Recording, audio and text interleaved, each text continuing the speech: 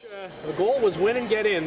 Mission accomplished. How do you feel about the game today? Yeah, I loved how our team responded. Obviously Friday in Syracuse was a tough one for us, and I thought we did a great job of moving on from it. I had a great video session this morning, all based on Wednesday's performance and what we needed to do, quite frankly, to be successful here today. And show a lot of resilience, obviously, coming back there from 3-2. That's usually when you get scored on late in the period like that, specifically the end of the second, you're fighting from behind. So to get the tying goal and then the winning goal and then just dialing it in and getting that penalty kill, can't speak enough of how the guys responded, and it was nice to get the win and move on and get to the playoffs. You found out that you clinched midway through the second period when your team was down, but still came back to win the game. Was that kind of the message at the intermission? Well, quite frankly, we did not discuss it with the players.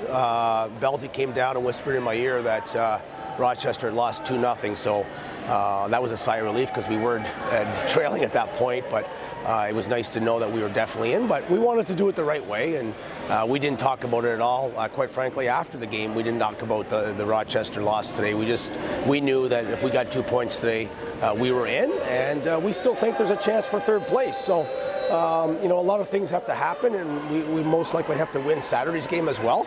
But it's important to finish as high as we can. Philip Gustafson seemed to be excellent, especially after his travel day. Mark Haslick scores again.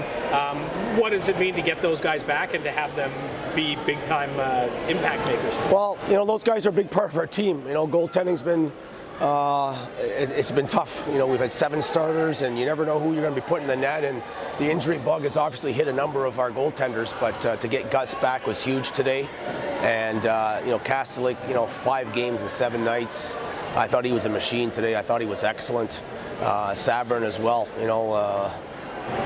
Doesn't play big minutes in Ottawa, but you still got to get ready for those games. You got to get emotionally invested. So can't speak enough about those guys and the effort they gave today under pretty adverse circumstances. I know there's still work to be done, and you want that third spot. But what does it mean to you, after the way that 18-19 finished and how things have been to see the X up on the board? Yeah, obviously when I signed to come to Belleville to be the head coach, I wanted to establish a culture where, as much as it was important to get the prospects to Ottawa, we wanted to make playoffs, and that's really the only thing I know as a head coach.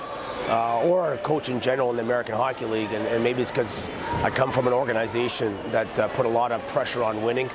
But for us, to miss the playoffs in my first year by basically one win, and then to have the pandemic really knock off the second and third year, it's been a long time coming. So I congratulated the team and the staff. Our staff is tremendous, from Matty Mitchell in Boise to Craig Belford. We have an elite staff of 10 that I think can all be in the NHL, and they do a great job to help me be successful as a head coach. And obviously the players deserve a lot of credit because we use 51 players and 7 starting goalies this year. So to me, that's a lot of adversity and a lot of obstacles, and we overcame it, and everybody should be proud of themselves.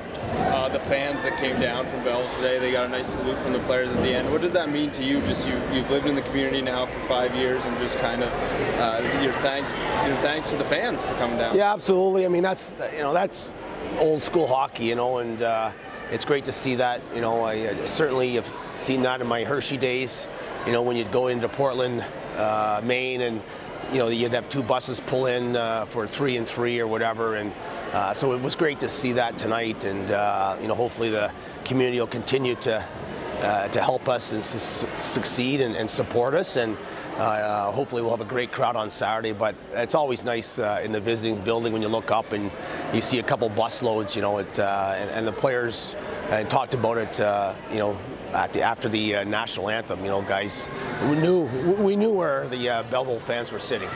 And just kind of as you go into the playoffs, do you hope that this kind of continues, the bus trips kind of continue and kind of galvanizes the community? Yeah, I think a small town community that we've had good hockey teams here the last well, even my 4 years, really, you know, that team in my first year, we made a lot of strides during the year. We had that 17-game point streak, and it was a near miss, but you know, we've unfortunately had the pandemic that took hockey away from a lot of people, and I do see the fans coming back, and we've had a couple great crowds here recently, and it'd be nice to have a sellouts on Saturday afternoon against Toronto. It'd be unbelievable, and hopefully they'll support us during the playoff run as well.